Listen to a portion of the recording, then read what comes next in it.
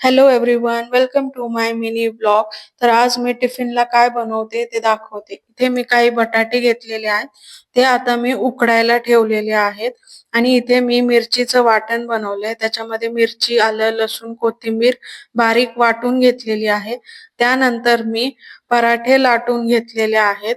सर्व पराठे लाटून भाजले आहेत. व्यवस्थित मी त्याला भाजून घेतलेला आहे. अशा प्रकारे मी सगळे पराठे बनवून रमेशसाठी टिफिनला पण दिले. त्यानंतर मी माझे बाकीचं काम करायला लागले. त्यात भांडे मी व्यवस्थित घासून धुवून ठेवली. त्यानंतर मी पूर्ण किचन ओटा साफ केलेला आहे. ते इथे तुम्ही बघू शकता की माझा पूर्ण किचन ओटा मी साफ केलेला आहे. त्यानंतर मी मशीन लावली. मशीन मधले सगळे कपडे झाल्यानंतर ते वाळत घातले. तर अशा प्रकारे माझं सकाळचं सर्व काम झालेलं आहे.